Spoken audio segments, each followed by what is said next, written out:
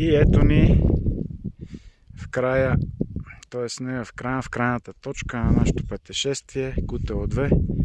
Гледаме към Бански суходол, който е на 2870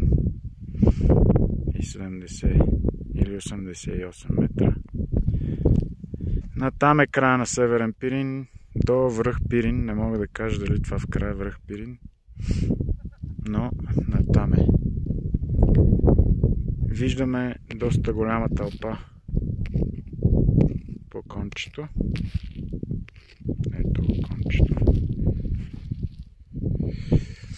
Времето е прекрасно, лег ветрец, а надолу може би има и диви кози.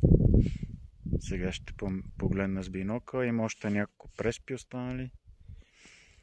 Натам е Котешки чал и Разлук.